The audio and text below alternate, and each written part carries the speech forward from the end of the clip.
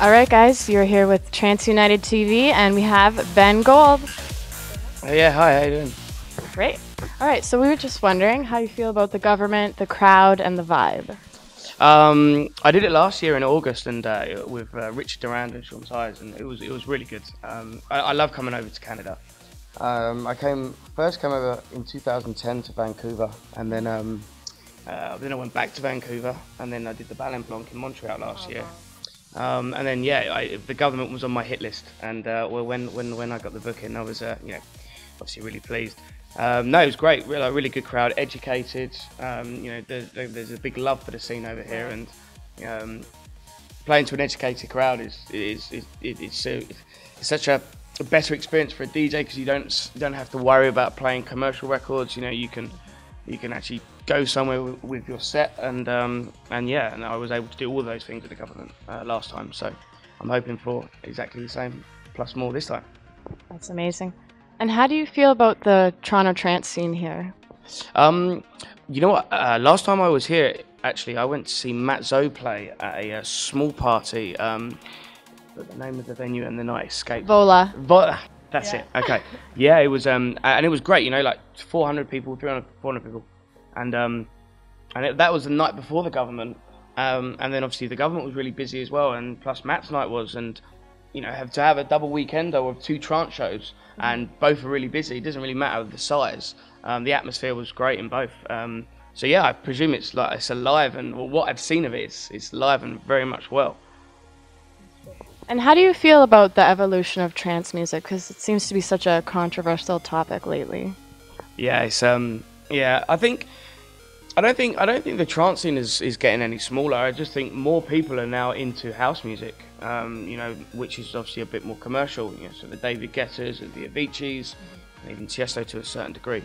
I don't think the trance scene's gone anywhere. I think people are saying maybe it has, because of the increase of house music or electro, how commercial, whatever you want to call it. But no, I think the trance scene's it has to evolve. It can't. If it just stays the same, it's boring. For me, if I was to play 2 hours of trance in a set, I'd be bored. Because you have to mix it up. It has to be. You have the new sounds that come in, styles, BPM, bass line sort of techniques and the patterns and stuff. It's just all about keeping it fresh. I don't think it's been affected too much. Everything does a full circle, and this time next year we could be sitting here saying trance is really alive, and everyone's playing trance. But just who knows? We'll have to see. That's true. Well, we hope so, because we love trance, of course. Yeah. Same. And now, actually, we have a question from one of your fans that we picked, and his name is Anthony Greco. Question is, how did you get introduced to trance music, and what are some of the things that inspire you? I got into trance. I went to Ibiza with a school friend when I was 15. I went with his family. He could take a friend, and went along. And we stayed in San Antonio Bay, which was out of the way of the clubs, but we made sure that we kind of got involved as much as we could. But I've got quite a young face, so you can imagine at 15, I didn't even look 15, so it was quite difficult. It was quite difficult to get in places. But there was a couple of places that we mainly like Cafe Del Mar and Mambo's, where we were able just to sort of relax and chill out and see some of the DJs play before the nighttime kind of kicked in. But yeah, it was pretty much, I went there without wanting to be a DJ, and I came back wanting to be a DJ. And trance, it was just always about trance for me, really. In the UK, we had a big scene called UK Garage, which was kind of similar sort of BPM, but it wasn't. It was more kind of more hip hop influenced, MCing and stuff, and that was like what electro is now. That's what it was back then, And everyone, all my friends were into that sort of stuff, and I just never was. I was always into trance. But I think in terms of inspiration, the dance floor. I find sometimes I can sit in the studio for a whole week, 2 weeks, and just work on a beat and a bass line, and nothing actually comes of it. I'm just banging my head against the wall to try and get something to work, and it's just not. And then you go and perform, you play out, and you maybe play something, and someone gets a good reaction, and straight away in the studio the next day, on the Monday, Tuesday when you get home, something all of a sudden it all sort of starts fitting into place. So yeah, I think dance floor is my biggest inspiration. Well, that's amazing. Thank you. And also, tell us about your new collaboration with Tritonal.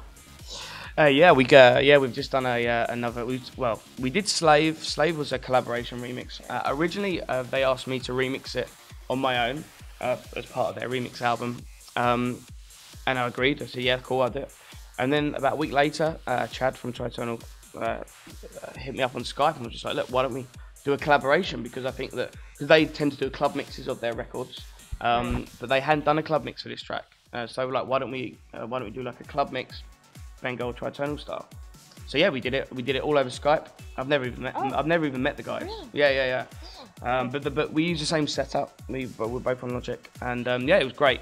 We all done like our individual bit, sent it over, got all the parts together, and then we're like, right, okay, let's put it out, and let's but look, we had no idea. No. We had no idea that it was going to get Beatport #1 tune of the week, and the amount of support that it did, we had no idea.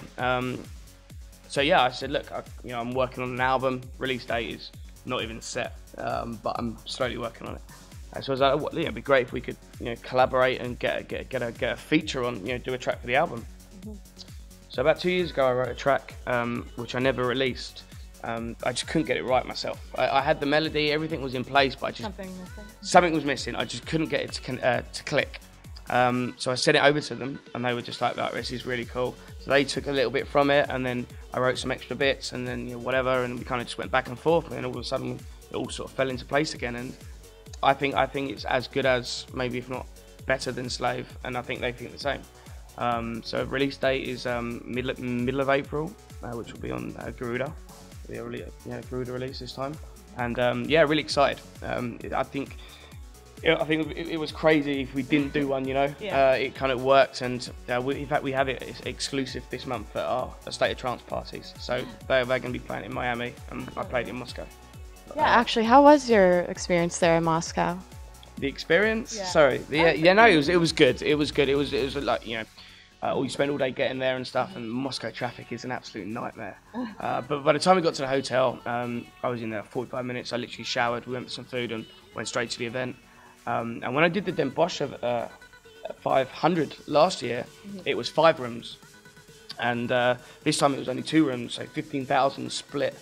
4,000 and 11,000, so 11 main room, 4,000 for the room where I was playing, and it was nice because I had no idea of the size of the venue. I didn't have any idea about the production, the setup. I knew it was going to be good, but I didn't know to which scale, which sort of size. So yeah, but when I got to the stage, it was awesome, and really good, really good. It was my debut there as well, and they know how to party in Russia. It was cold in Russia. It was colder there than it is here. It's quite cold here at the moment, right? Oh right? Yeah, I know. Right. It's actually supposed to be about +15 tomorrow, so. That makes a change. Like -1, they said on the plane as we landed. Okay. But yeah, it's like -15 in Russia. So, but no, it was great. Really good. I was really happy to be a part of the State of Trance again this year, and I know that not too many other DJs that played the Den Bosch event are playing the State of Trance again this year. There's only kind of a handful, and really grateful that I was one of those to be invited back. So. Well, that's exciting. We all love the State of Trance. Yeah, right. And now for a real serious question. Can I get your number? You know what? I was going to ask you for your number. Well, perfect. Okay, right. Yeah, Ben, sounds cool. No problem. Awesome. I guess we'll talk after the show. Great. Okay. Thanks for having me. Oh, you're welcome. And you're reaching Trance United TV. Thank you very much. Hi, this is Ben Gold. So I'd like to give a big shout out to Trance United and Different Levels Productions. Thank you so much for having me. I really enjoyed the interview, and I look forward to partying with you later on at the Government.